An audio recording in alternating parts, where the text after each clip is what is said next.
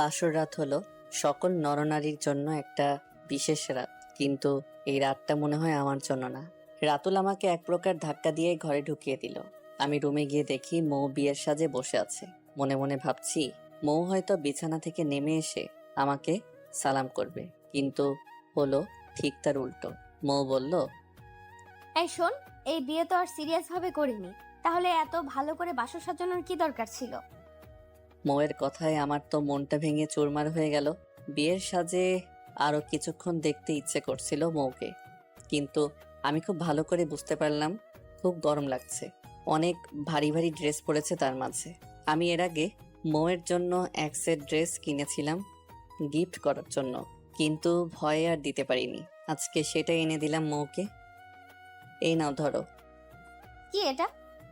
তুমি মনে মনে যা চাচ্ছ সেটাই। আমি মনে মনে চাচ্ছি মানে? খুলেই দেখো।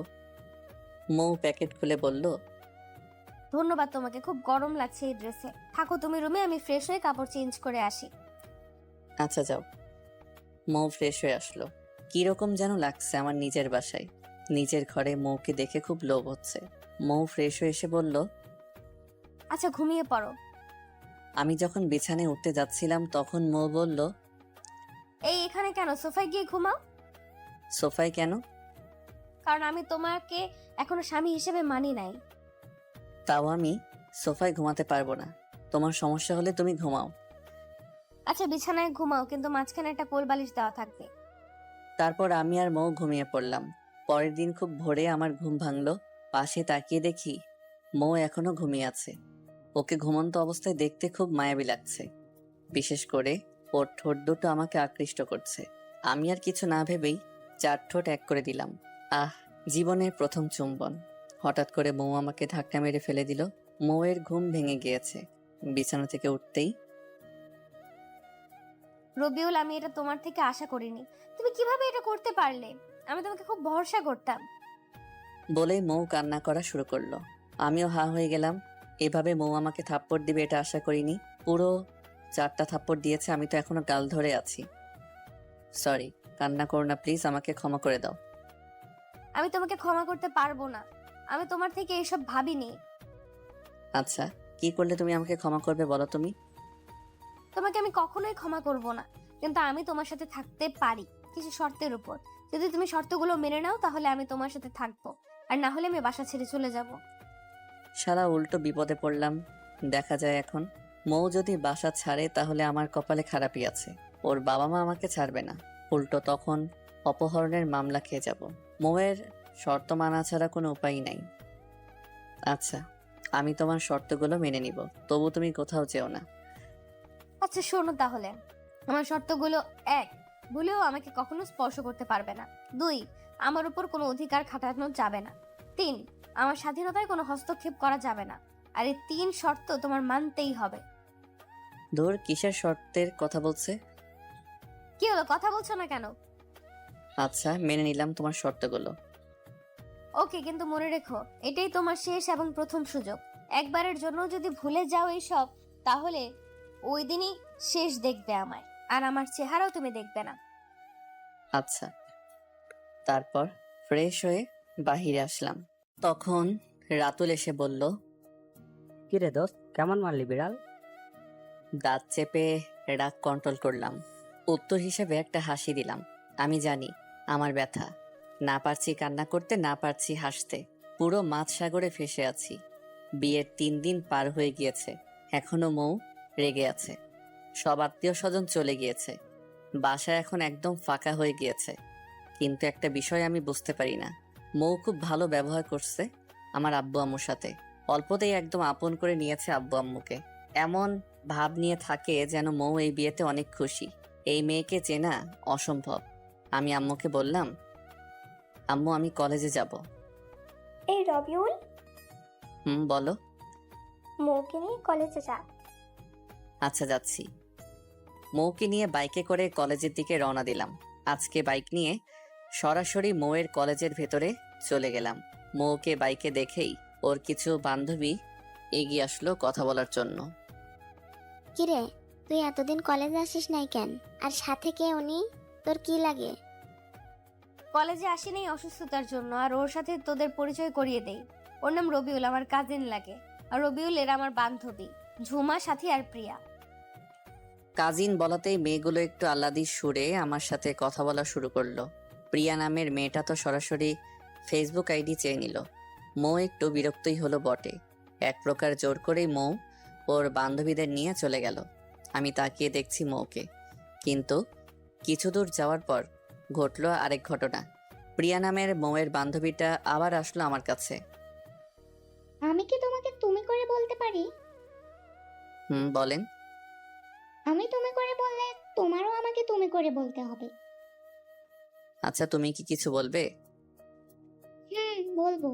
আমার আজকে একটু ভালো লাগছে না। আমাকে কি একটু বাসায় নামিয়ে দেবে? আমার বাসা খুব একটা দূরে না। এমনভাবে বলল মেয়েটি, আমি নাই করতে পারলাম না। প্রিয়াকে নিয়ে বাইকে করে ওর বাসার দিকে যাচ্ছিলাম। পথে প্রিয়া বাইক থামিয়ে আইসক্রিম খেতে চাইলো। অপরিচিত হওয়াতে আমি না করতে পারলাম না। মেয়ে মানুষের এটাই খারাপ স্বভাব, সেলফি নিতেই হবে। যাই করুক না কেন, সেলফি নিবেই। প্রিয়াকে নামিয়ে দিয়ে চলে আসতে যাব, আবার বাঁধলো বিপত্তি। প্রিয়া জোর করেই ওদের বাসায় নিয়ে গেল। প্রিয়াদের বাসায় গিয়ে আমি হকচকিয়ে গেলাম। খুবই ভালো অবস্থা প্রিয়াদের। পুরো বাসা ভর্তি দামি দামি ফার্নিচার, আর বাসাটাও খুব সুন্দর। ডুপ্লেক্স বাসা, একদম আমেরিকান স্টাইলে তৈরি বাসাটি। তারপর বাসায় চলে এলাম। বাসায় এসে ফ্রেশ হয়ে নিয়ে ঘড়ির দিকে তাকাতেই দেখি 1টা বাজে। মৌকে আনতে যাব 3টার দিকে, কিন্তু 1টার দিকে মৌ চলে আসছে। মৌকে দেখে বুঝলাম খুব রেগে আছে। কিছুই বুঝলাম না কি হলো হুট করে। আবার সকালে তো সব ঠিকঠাকই ছিল। আমি রুমে শুয়ে আছি। একটু পর মৌ আসলো রুমে। কিছু বলছে না মৌ। এত তাড়াতাড়ি চলে আসলে যে, আমাকে তো কলও দিতে পারতে। তোমাকে কল দিতে যাব কেন? তোমাকে কল দিয়ে ডিস্টার্ব করে কি করব? তোমার তো অনেকটা সময় দিতে হয়, কত কাজ তোমার, আইসক্রিম খাওয়া, ঘুরতে যাওয়া। ও তাহলে মহারানী এই বিষয় নিয়ে রেগে আছেন? কিন্তু এই বিষয় নিয়ে মৌয়ের রাগ করার মানেটা বুঝলাম না। আমি অন্য কোনো মেয়ের সাথে কথা বললে মৌয়ের কি তাহলে জ্বলে? মৌকে শিক্ষা দেওয়ার একটা পথ পেয়ে গিয়েছি। খুব বড় করে হুমায়ুন ফরিদির ভিলেনি হাসিটা দিতে ইচ্ছে করছিল, কিন্তু হাসতে পারছি না। মৌ গোসল সেরে এসে ড্রেসিং টেবিলের সামনে বসে সাজছিল। আমি প্রিয়ার নাম্বারে দিলাম একটা কল। টিং টিং টিং। আসসালামু আলাইকুম। ওয়ালাইকুম আসসালাম। আরে বলো না রবিউল, তোমাকেই কল দিব ভাবছিলাম। তাই প্রিয়া তো কল দিতে চেয়েছিল কেন? তোমাকেই মিস করছিলাম রবিউল।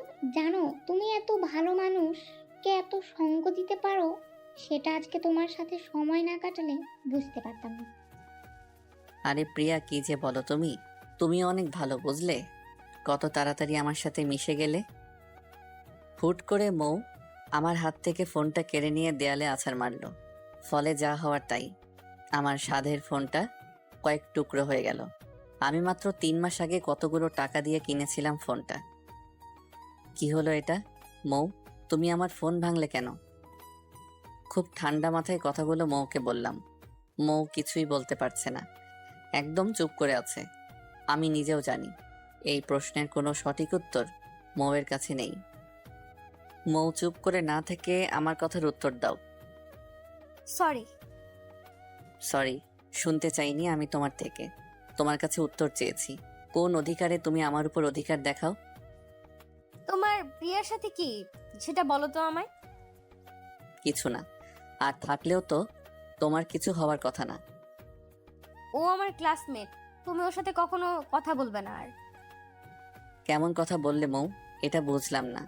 তোমার ক্লাসমেট, সেটা তোমার ক্লাসে, আর আমি ওর সাথে কথা বললে তোমার তো প্রবলেম হওয়ার কথা না। আমি তো আর তোমার স্বামী না, আর তুমিও আমার বউ না যে আমি কার সাথে কথা বলবো কার সাথে বলবো না সেটা তুমি আমায় বলে দিবে।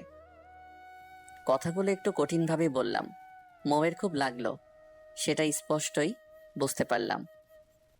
আচ্ছা সরি, আমার ভুল হয়ে গিয়েছে। ভুল হয়েছে বুঝলাম, আর প্রথমবার তাই ক্ষমা করলাম। আচ্ছা। কথাগুলো বলা শেষে আমি স্পষ্ট মৌয়ের চোখে জল দেখতে পারলাম।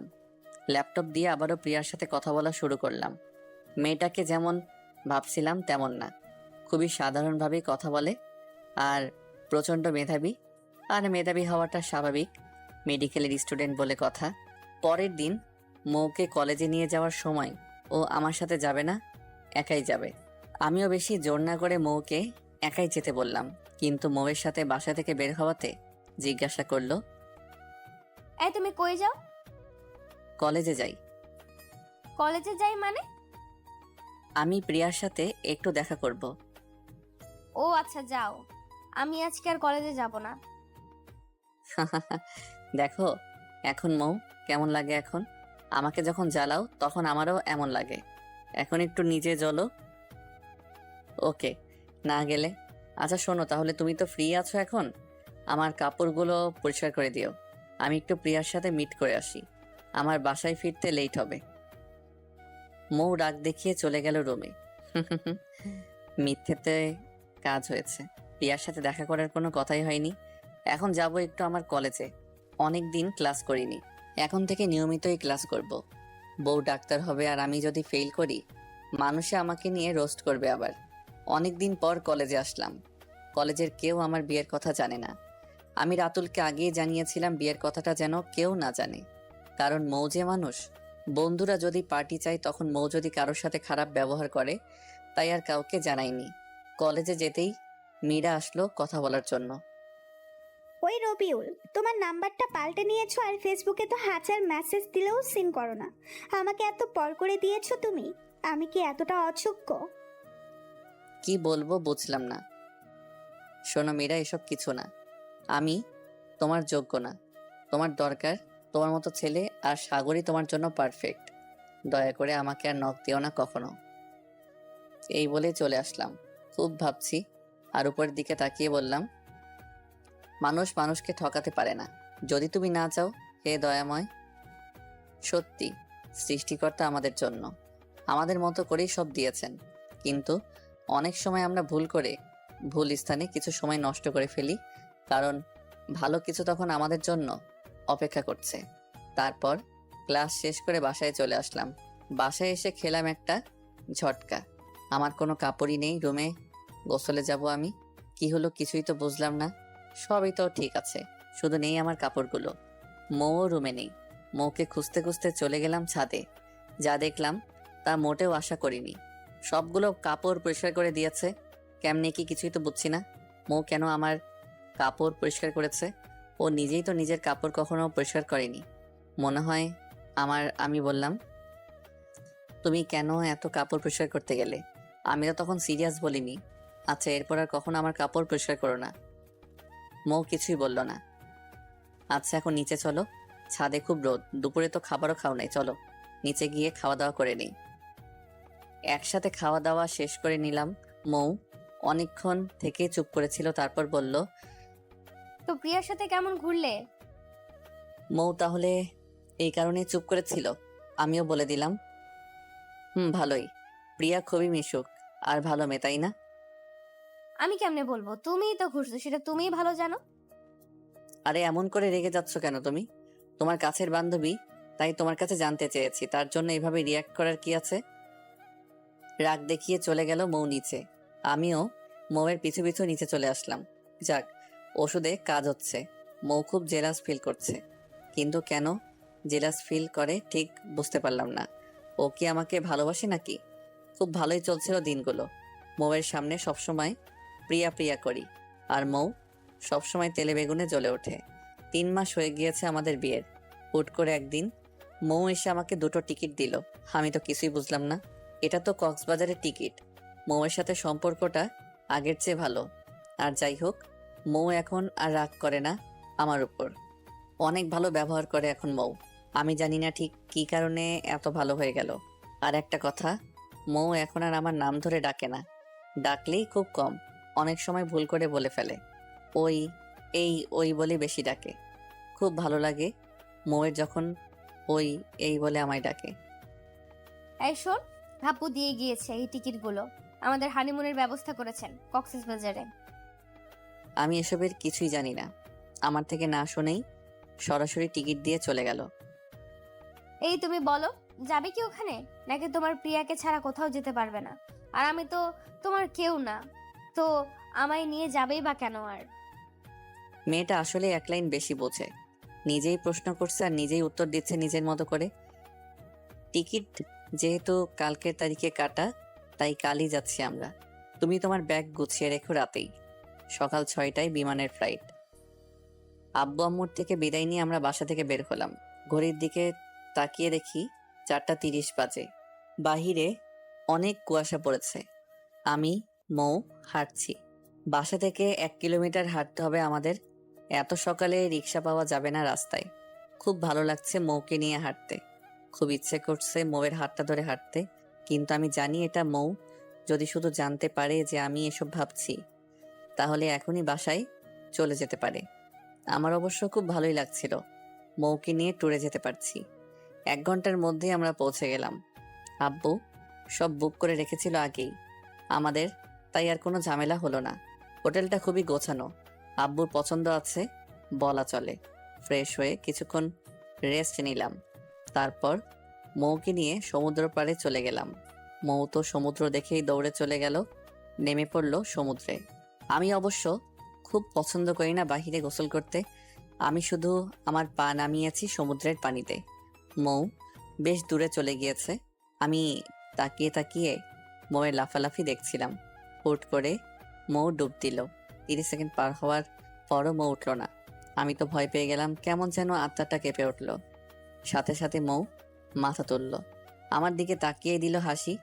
আমার সাথে ফাইজলামি করার কি হলো? এরকম সেন্সিটিভ বিষয়ে আবারও ডুব দিল, কিন্তু 1 মিনিটের কাছাকাছি হয়ে গেল, তবু উঠল না। আমি তো পাগলের মতো করে লাফিয়ে গিয়ে দেখি ঢেউয়ের সাথে মৌ অনেক দূর চলে গিয়েছে। তার মানে মৌ সাঁতার পারে না। আমি তাড়াতাড়ি করে সাঁতরে গিয়ে মৌকে পাড়ে নিয়ে আসলাম। অল্প পানিও খেয়েছে। আমি তো প্রায় কান্না করে দিছি। আমার কান্না করা দেখে মৌ আবারও জোরে হেসে দিল। আমার রাগ কন্ট্রোল করতে পারলাম না, কষিয়ে একটা দিলাম মৌয়ের গালে। সব বিষয়ে মজা করতে হবে তোমার। আজ যদি কিছু একটা হয়ে যেত তোমার, আমি বাসায় কি বলতাম? মৌ কিছু না বলে দৌড়ে হোটেলে চলে গেল। আল্লাহ তোমাকে অনেক ধন্যবাদ। মৌয়ের কিছু হয়ে গেলে কি নিয়ে থাকতাম। আমিও হোটেলে চলে আসলাম। দুজনেই ফ্রেশ হয়ে নিলাম। মৌ চুপ করে আছে, আমিও কিছু বলছি না। আমার এখনো রাগ কমে নাই মৌয়ের প্রতি। নিজে যা ভাববে তাই ঠিক, কারো কোনো সিদ্ধান্তের কোনো মূল্য নেই। মৌ নীরবতা ভাঙল। ধন্যবাদ। আজকে তুমি না থাকলে হয়তো আমি মরেই যেতাম। দুবার তুমি আমার লাইফে অনেক বড় ক্ষতি থেকে রক্ষা করলে। আচ্ছা আচ্ছা, আমি আমার দিক থেকে শুধু কর্তব্য পালন করছি। আচ্ছা ঠিক আছে। জানো রবিউল, আমার লাইফে কেউ আমার শরীরে হাত তোলে নাই। আর থাপ্পড় দিয়েছো সেটা না হয় ঠিক আছে, তাই বলে এত জোরে দিতে হবে? অনেক ব্যথা পেয়েছি। সরি বলতেই চোখে পানি এসে গেল।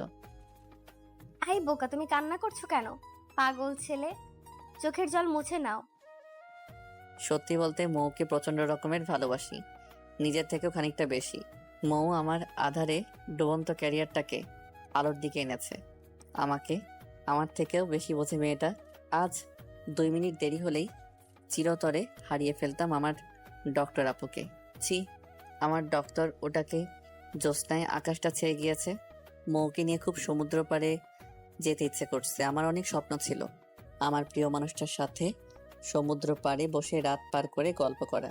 তখন মৌ বলল, এই চলো না আমরা বাহিরে যাই। বাহিরে যাবে কেন তুমি?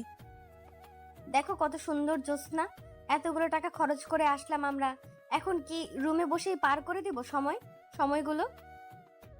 মৌয়ের কথা বলার ধরনে আমি তো অবাক হলাম। আমি যা বলতে চাইছি সেটা মৌ বলছে, এ তো মেঘনা চাইতেই বৃষ্টি। আমি খুশি হলাম, কিন্তু এটা মৌকে বুঝতে দিলাম না। মৌকে নিয়ে বাহিরে গেলাম। চাঁদ আর জ্যোৎস্নার আলো সমুদ্রের বালু আর পানির উপর পড়ে এমন একটা দৃশ্য, সেটা কখনো বলে বোঝানো সম্ভব না। দেখছো কি সুন্দর বাহিরের পরিবেশ। আমি আর মৌ একটা স্থানে বসে বসে গল্প করছিলাম। মৌ ওর ছোটবেলার কাহিনী বলল। মৌ এত কথা বলতে পারে তা আগে জানতাম না। ও বলেই যাচ্ছে, আমি খালি শুনে যাচ্ছি। এই আমিই তো শুধু বলছি, তুমি কিছু বলো এখন। আমি আর কি বলবো বলো? তুমি বলছো এটাই ভালো। কি বলবো মানে?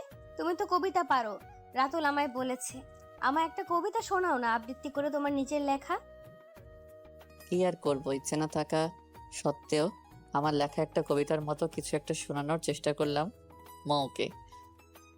আমি হারিয়ে যেতে চাই আমার আমিটার মাঝে, চাই না কেউ খুঁজুক আমায়, তাহার সকাল সন্ধ্যায় বদলাতে চাই আমি, করব না আর পাগলামি, নিজের মাঝেই নিজেকে ফেলেছি আমি হারিয়ে, তুমি না হয় দিও তাড়িয়ে, থাকবো না আর কাহারও পথ চেয়ে দাঁড়িয়ে, নিজের ভিতর দিয়েছি ডুব, চাই না কেউ আর খুঁজুক, কষ্ট করে আমায় বুঝুক, দিব না আর কাউকে সুযোগ, একলা হয়ে যাব হাওয়ার সাথে, বন্ধুত্ব করে নিব, বিষণ্ণ রাতে চাঁদের সাথে না হয় করব খুনসুটি। কবিতা লিখতে পারি না, তাও চেষ্টা করলাম। কেমন হলো বলো? এ কি, মৌ তো দেখি ঘুমিয়ে গিয়েছে, খুব মায়াবী লাগছে। মৌ আমার কাঁধে মাথা রেখে ঘুমিয়ে গিয়েছে। আমার কেন যেন ডাকতে ইচ্ছে করছিল না। আমি মনে মনে ভাবছিলাম মৌয়ের ঘুম না ভাঙা অবধি ডাক দিব না। অন্যদিকে একভাবে বসে থাকার জন্য আমার পা ব্যথা করছিল। সারাটা রাত মৌয়ের ঘুম আর ভাঙলো না। সকালবেলা পাখির ডাকে মৌ চোখ খুলল। মৌ তো চমকে উঠল। আমি এখানে কেন? মৌয়ের কথায় আমি হাসবো নাকি কাঁদবো বুঝলাম না। সারাটা রাত তুমি এখানেই ছিলে বুঝলে? এত ঘুম একটু নড়াচড়া করো না তুমি? রাতে তো কবিতা শুনতে গিয়ে গিয়েছো ঘুমিয়ে, আমি আর তোমার ঘুম ভাঙাইনি। তার মানে সারা রাত আমি তোমার কাঁধে মাথা রেখে ঘুমিয়েছি? হুম। ডক্টর মৌ আমার কথা শুনে একটু লজ্জাই পেল। সারা রাত তুমি তো ঘুমাওনি, তাহলে চোখ ফুলে গিয়েছে তোমার। আমারে ডাক দিলেই পারতে। আমার ডাক দিতে ইচ্ছে করলো না, তাই ডাক দেইনি। আচ্ছা এখন চলো তাড়াতাড়ি, রুমে গিয়ে তুমি ঘুমাবে। এক প্রকার জোর করেই মৌ আমাকে নিয়ে হোটেলে চলে আসলো। সারাটা রাত ঘুমাইনি, খুব ঘুম পেয়েছে। হালকা কিছু খাবার খেয়ে ঘুমাতে চলে গেলাম বিছানায়। মৌয়ের ডাকে ঘুম ভাঙলো। এই আর কতক্ষণ ঘুমাবে তুমি? ওঠো এবার, যাও গোসল করে আসো, গোসল করে দুপুরের খাবার খেয়ে নাও। ঘড়ির দিকে তাকিয়ে দেখি 12টা বাজে। আমি গোসল করে ফ্রেশ হয়ে নিলাম, খাবার খেয়ে নিলাম একসাথে। মৌয়ের সাথে বন্ধুর মতো সম্পর্ক হয়ে গিয়েছে। কক্সবাজারে 7 দিন পার করে ফেলেছি, এবার ফেরার পালা। খুব ভালো সময় কাটলো মৌয়ের সাথে, আর মৌও খুব ভালোভাবে সময় দিয়েছে। খুব উপভোগ করেছি সময়গুলো। ভালোভাবে আমরা বাসায় ফিরলাম। মৌ ধীরে ধীরে আমার দিকে দুর্বল হচ্ছে, কিন্তু মাঝে মাঝে মৌয়ের ব্যবহারে কিছুই বুঝি না, কিরকম অদ্ভুত আচরণ। রুমে শুয়ে আছি, তখন মৌ এসে বলল, একটা কথা বলার ছিল তোমাকে। বলো। আমার এভাবে পড়াশোনা হচ্ছে না। আমার লাস্ট টেস্ট এক্সামে এক সাবজেক্টে ফেল আসছে। আমি হোস্টেলে থাকতে চাই, আর তুমি চাইলে এখনই আমরা আলাদা হয়ে যেতে পারি, কারণ এখন আমার খুব সাপোর্ট প্রয়োজন। কিন্তু যদি আমি তোমাকে ডিভোর্স দিয়ে দিই, তাহলে আমাকে বাসা থেকে আর সাপোর্ট দিবে না। আমি তোমার সাথে খুব ভালো ব্যবহার করেছি, কিংবা তুমিও এটাকে আমি বন্ধুত্ব হিসেবেই নিয়েছি। আমি জানি না তুমি কি ভেবেছো আমাদের সম্পর্কটাকে। যাই ভেবে থাকো না কেন, সেটা তোমার পার্সোনাল ব্যাপার। তুমি আমাকে অনেক হেল্প করেছো, এখন চাইলে আমার মেডিকেল কলেজের শেষ পর্যন্ত হেল্প করতে পারো। তারপর আমি বাইরে চলে যাব স্কলারশিপ নিয়ে। কিন্তু এইভাবে আমি বাসায় থাকলে আমি পাসই করতে পারবো না। এখানে আমি একদম ফোকাস করতে পারছি না পড়াতে, তাই আমি কালকেই হোস্টেলে চলে যাব। এখন তুমি বলো, তুমি কি বলতে চাও? খুব কষ্ট লাগলো মৌয়ের কথাগুলোতে, কিন্তু মিথ্যা তো কিছু বলেনি মৌ, বাস্তবিক সব বলেছে। ভেতর থেকে কোনো কথাই আসছিল না আমার, খুব কষ্ট লাগছিল। তবু নিজেকে সামনে নিয়ে বললাম, শোনো মৌ, আমি জানি না তুমি আমাকে ঠিক কী রকম ভাবো। আমি কথা দিচ্ছি তোমাকে, তুমি যতদিন বাংলাদেশে আছো ততদিন আমি তোমার পাশে আছি, আর তুমি যা ভালো ভাবো আমি তাই করব। আচ্ছা এখন খেয়ে নাও তুমি, কাল সকালে তোমাকে হোস্টেলে রেখে আসবো। পরের দিন মৌকে নিয়ে কলেজে যাচ্ছি। এর আগেও অনেকবার কলেজে দিয়ে আসছি, কিন্তু আজকের বিষয়টা খুব আলাদা। মৌকে রেখে আসবো হোস্টেলে। মৌকে নিয়ে হোস্টেলে গেলাম। ওদের ওখানে কিছু ফর্মালিটি পূরণ করে চলে আসলাম। কলেজে থেকে বের হয়ে বারবার মৌয়ের কলেজের দিকে তাকালাম। এই ভবনের ভিতরেই থাকবে আমার ভালোবাসা। মৌ ভালো না বাসলেও আমার খুব ভালো লাগতো মৌয়ের সাথে থাকতে। আজ থেকে সেই ভালো লাগা আর হবে না। 3 দিন পার হয়ে গেছে, মৌ হোস্টেলে চলে গিয়েছে। খুব খালি খালি লাগে মৌকে ছাড়া। এই 3 দিনে একবারের জন্য মৌকে আমি মন থেকে সরাতে পারছি না। খুবই মিস করছি। হয়তো আব্বু আম্মু বুঝতে পারছে বিষয়টা। এসব ভাবছি এমন সময় আম্মু আসলো রুমে। আম্মু, তুমি আমার রুমে কিছু বলবে কি? দেখ, তুই যদি মৌকে ছাড়া থাকতে না পারিস, তাহলে মৌকে নিয়ে আয়। তবু এরকম খাওয়া দাওয়া বাদ দিয়ে থাকিস না। আমার একটা মাত্র ছেলে তুই, তোর যদি কিছু একটা হয়ে গেলে তখন আমরা কি নিয়ে থাকবো বল?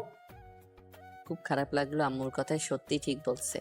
পৃথিবীর কোনো বাবা মাই চায় না তার সন্তানের খারাপ হোক। আমার এইভাবে মন খারাপ করে থাকলে চলবে না।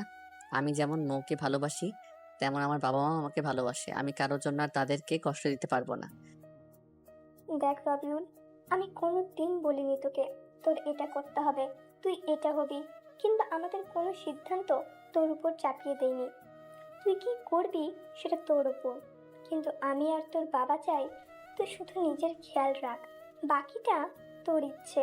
শোন, আমি জানি মৌকে তুই খুব ভালোবাসিস, কিন্তু এখন তোর যদি খারাপ লাগে তাহলে তুই পছন্দের কোনো কাজ করা শুরু কর, দেখবি তাহলে আর এত খারাপ লাগবে না। সত্যি বলছো কি তুমি আম্মু? কেন, মিথ্যে বলার কি আছে বল? তার মানে তুমি বলতে চাইছো আমি আবার রাজনীতি শুরু করি? হ্যাঁ চাই, তবুও তুই আগের মতো উৎফুল্ল থাক, এটাই চাই আমরা। আমার জীবনের প্রথম প্রেম ছিল পলিটিক্স। মীরা আমার জীবনে আসার আগে আমি পলিটিক্সে জড়িয়েছিলাম খুব ভালোভাবে, কিন্তু মীরা আর বাসার কেউই চাইতো না পলিটিক্স করি, তাই বাধ্য হয়ে পলিটিক্স ছেড়ে দেই। খুব ভালোবাসতাম আমি পলিটিক্স, খুবই অল্প বয়সে অনেকটা এগিয়েও গিয়েছিলাম আমি, কিন্তু মাঝপথে ছেড়ে দেই। আমি অন্যরকম রাজনীতি করতাম। আমি ফার্স্ট ইয়ারের ছাত্র হয়ে আমাদের এলাকা মাদক মুক্ত করেছিলাম। আমাদের একটা সার্কেলই ছিল, যতটা পারি ততটা করি। এখন আমাদের এই সার্কেলের মেম্বার পুরো 5,000। এখনো এই সার্কেলটার লিডার, অলিখিত লিডার আমি। আমি আমার খুব কাছের বন্ধু অনেককে দায়িত্ব দিয়ে বাদ দেই নিজের হাতে করা ফাউন্ডেশনটা থেকে।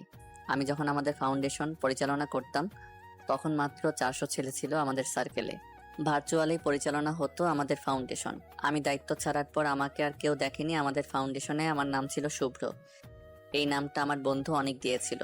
পরে কেমনে কেমনে যেন এই নামে সবাই আমাকে চিনতো। পুরো শহরের সবাই জানে যতটা পারি ততটা করি। ফাউন্ডেশনের পরিচালক দেশের বাইরে থেকে পরিচালনা করে, কিন্তু অনেক বাদে তেমন কেউ জানেই না শুভ্র নামের আমি এখনো দেশে আছি। আম্মু চলে গেল, খুব ভালো লাগলো। পুরোনো কথাগুলো মনে হতেই কত কত মানুষকে আমরা সাহায্য করেছি।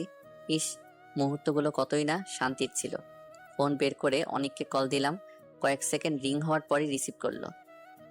শুভ্র ভাই আমাকে কল দিয়েছে, আমার নিজেকে ধন্য মনে হচ্ছে। হালা, এই ফাজলামো রাখবি তুই? শোন, আমি আবার ফিরতে চাই রাজনীতিতে। সিরিয়াস বলছিস তুই? সিরিয়াস। আমি বুঝেছি এই কাজটাই আমার ভালো লাগা আর পছন্দের। জীবনে জানি না কতদিন বাঁচবো, কিন্তু এখন থেকে সারাটা জীবন মানুষের পাশে থেকে পার করে দিতে চাই।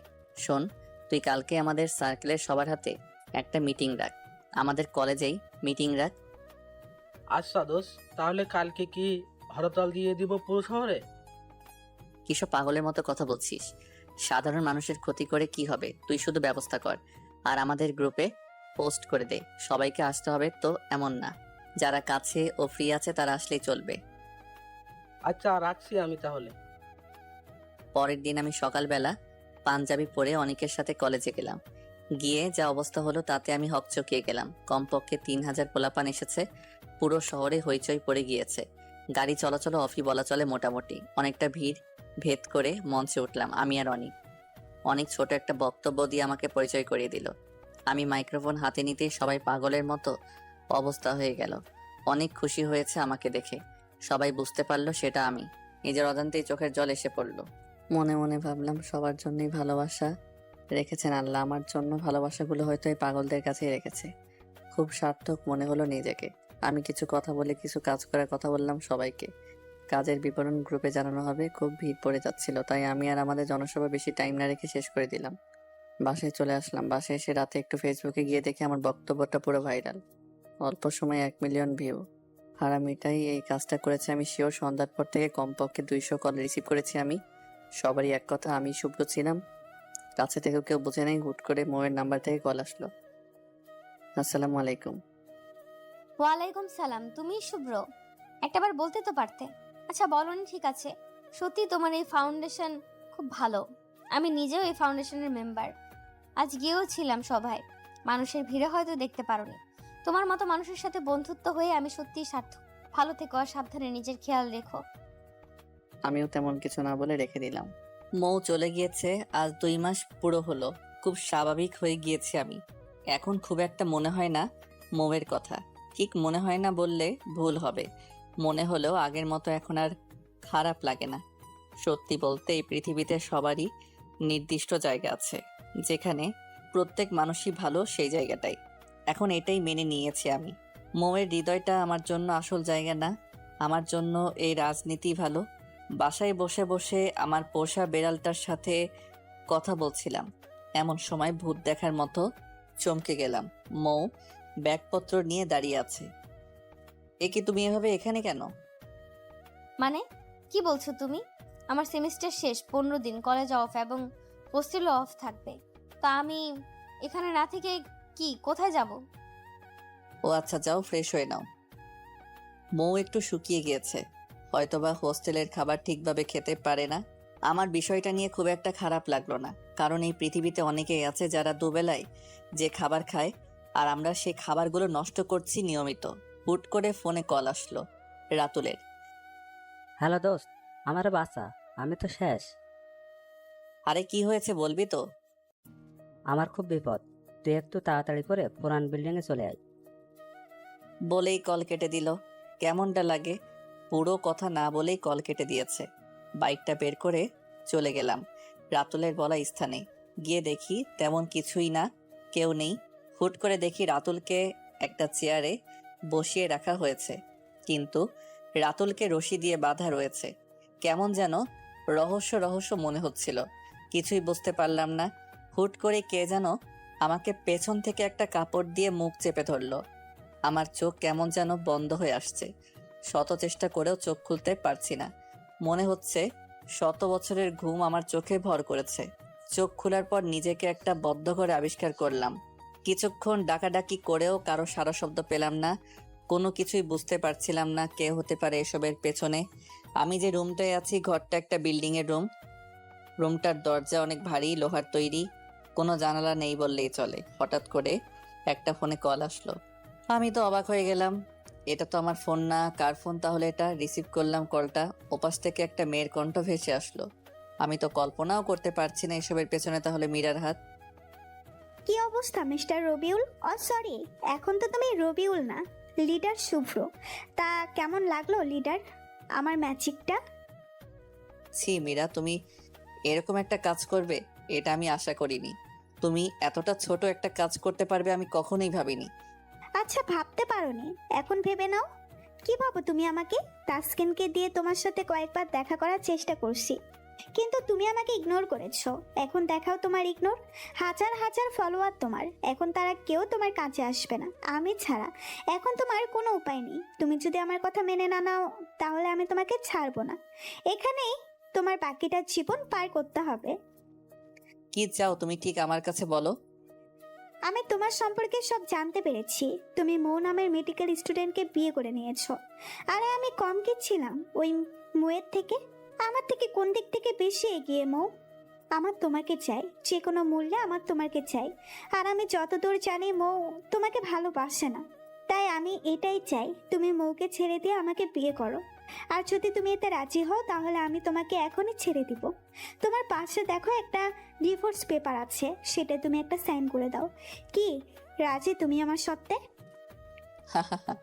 আমি মরে গেলেও মৌকে ছেড়ে তোমাকে বিয়ে করব না।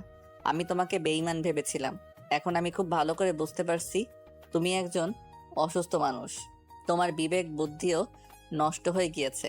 আমাকে ছেড়ে দাও তুমি, আমি তোমাকে ক্ষমা করে দিব, আর নিজের চিকিৎসা করাও।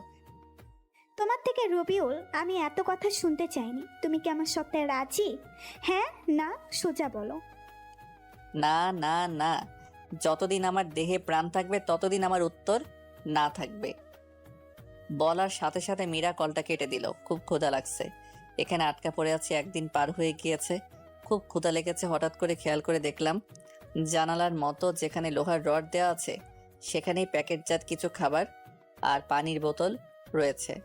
মীরার দেয়া খাবার খেতে রুচিতে পাচ্ছিল, তবু ক্ষুধার জ্বালায় অল্প কিছু খাবার খেয়ে নিলাম। মীরার দেওয়া যে ফোন ছিল সেখান থেকে কাউকে কল দেওয়া যায় না, ফোন বললেও ভুল হবে, এটা একটা ওয়াকি টকি, কোনোভাবে কোনো কিছু করতে পারছি না। 7 দিন পার হয়ে গিয়েছে, এখানে আটকে আছি, একটা ওয়াশরুম আর খালি ঘর। জেলখানার থেকেও বেশি খারাপ অবস্থা আমার। এখন মীরাও কল দেয় না আমায়, শুধু খাবারটা কে যেন জানালায় রেখে যায়। আশেপাশে কেন শব্দ শুনতে পারি না, কোথায় আছি এটাই জানি না।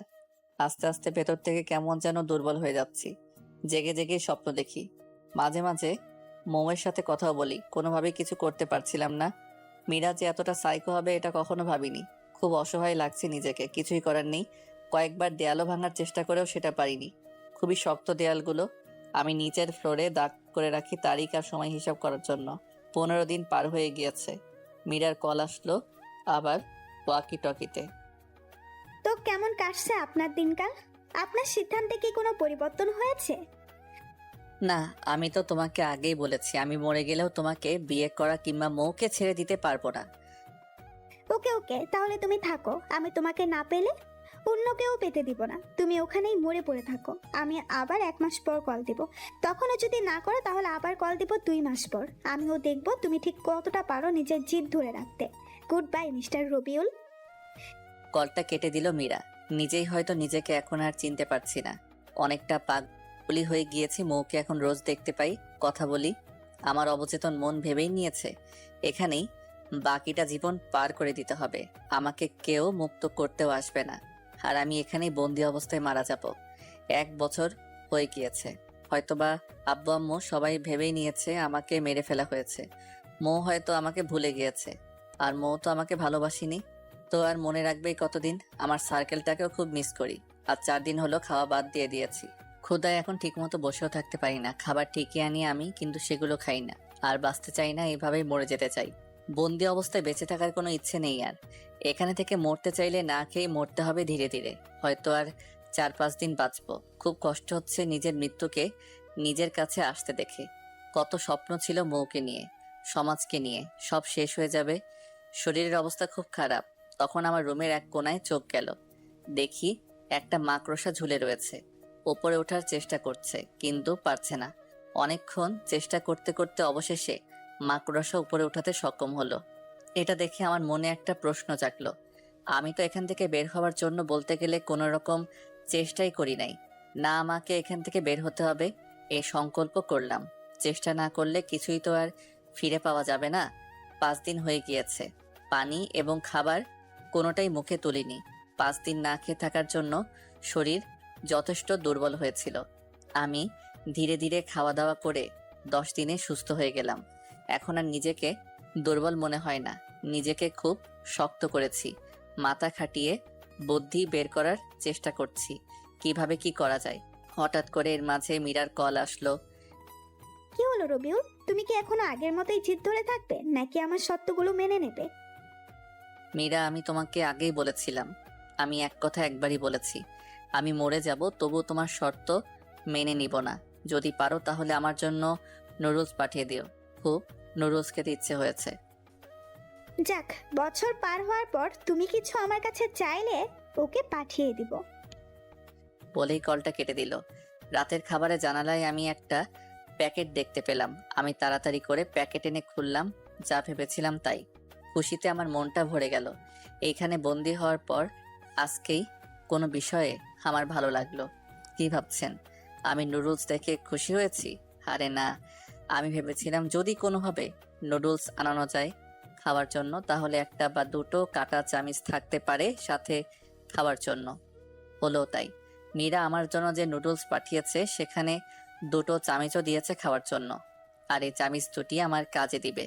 নুডলসকে চামিচ 2 নিয়ে ভাবছিলাম। পুরো ঘরটা চেক করলাম, কোনো কিছুই পেলাম না। যা ভেবেছিলাম তা সহজেই হবে না। আমি ফ্লোর থেকে খনন করার চেষ্টা করলাম। অনেক চেষ্টার পরও পারলাম না। অনেকক্ষণ ভেবে মাথা খাটালাম। ওয়াশরুমের দেয়াল সবসময় ভিজে থাকার জন্য স্যাঁতস্যাঁতে হয়ে গিয়েছে। তার জন্য অন্য সব দেয়ালের চেয়ে ওয়াশরুমের দেয়ালটা একটু নরম হওয়াটা স্বাভাবিক। আমার ভাবনাটাই ঠিক হলো। আমি ওয়াশরুমের দেয়ালে একটু সিমেন্ট খসাতে পারলাম 2 ঘন্টার চেষ্টায়। যদিও সেটা খুবই অল্প, তবুও খুব ভালো লাগলো। চামিচ দিয়ে খুবই সাবধানে আমি অল্প অল্প করে দেয়াল থেকে একটা ইট খোলার চেষ্টা করে যাচ্ছিলাম।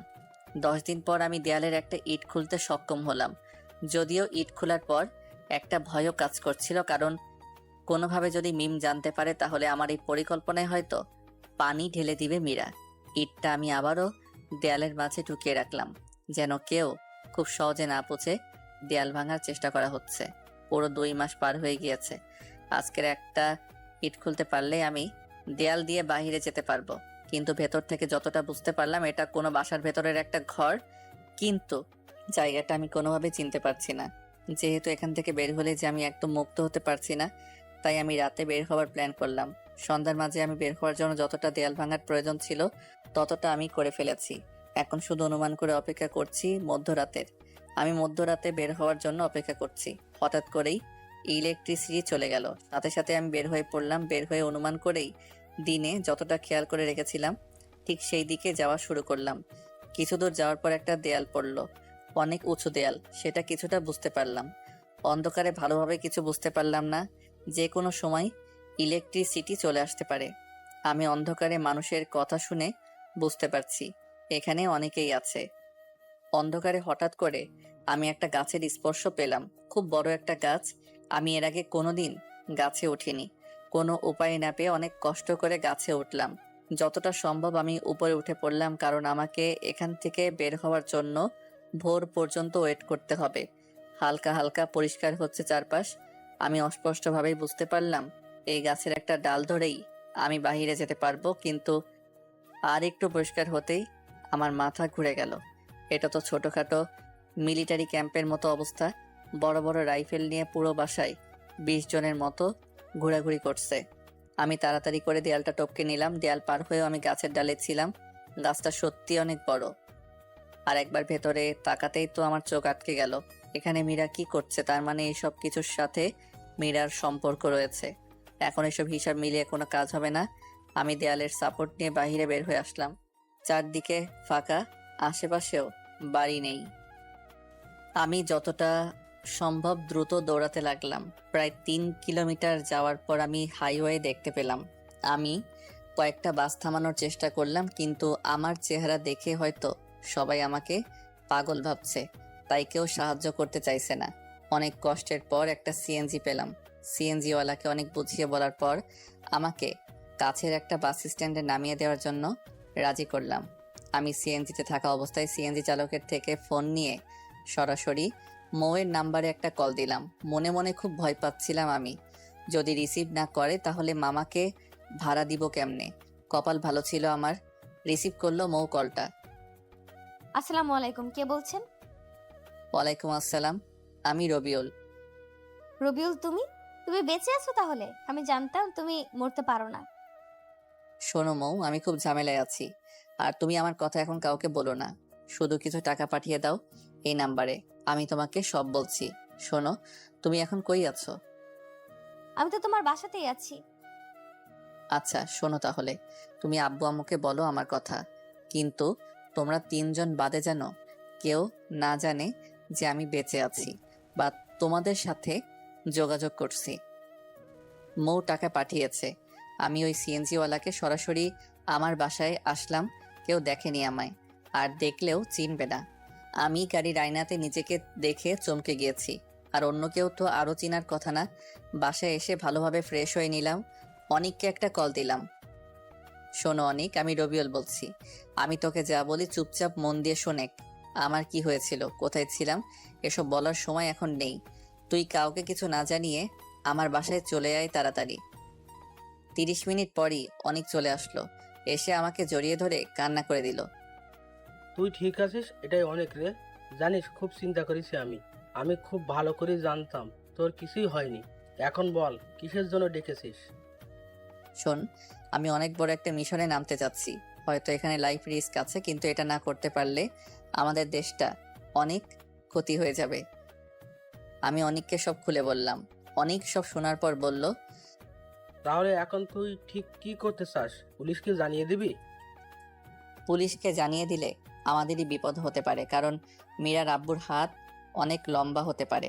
আমার যতটা মনে হয় এসবের সাথে আমাদের এলাকার এমপিও জড়িত আছে, কারণ এত বড় একটা ক্যাম্প পরিচালনা করার জন্য অবশ্যই প্রশাসনেরও এমপির হাত থাকবে, আর এটা স্বাভাবিক। তাহলে কি করতে চাস এখন বল। আমাদের সার্কেলের সবাইকে নিয়ে ঘিরে ফেলবো পুরো ক্যাম্পটা, আর এটা লাইভ শুরু করব সবার ফোন থেকে। তাহলে এটা আর চাইলেও ধামাচাপা দিতে পারবে না উপর মহলের লোক। হয়তো এটা আমাদের জন্য রিস্কি হবে, কিন্তু এটা করতেই হবে আমাদের। ওকে। তারপর অনেক সাথে সাথে আমাদের সার্কেলে মেসেজ দিয়ে লোকেশনটা জানিয়ে দিলাম। আমরা বেরিয়ে পড়লাম।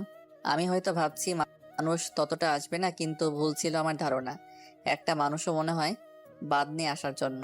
6 ঘন্টার সময়ের মধ্যেই আমরা পুরো ক্যাম্পটা ঘিরে ফেললাম। 30 মিনিটের মধ্যেই আমাদের লাইভগুলো ভাইরাল হয়ে গেল। প্রথমে কিছু লোক ক্যাম্প থেকে বের হতে চাইলেও পরে এত মানুষ দেখে সেই সাহস আর করেনি। সরাসরি ঢাকা থেকে ডিসির কল আসলো আমার ফোনে। আমি তো কল্পনা করতে পারছি না যে এই বিষয় এতদূর চলে গিয়েছে। শোনো রবিউল, আমি ঢাকা প্রশাসনের প্রধান। তোমরা কোনো ধরনের হামলা করো না। আমি তোমাদের সব দাবি মেনে নিব। বলো তোমরা ঠিক কি চাও?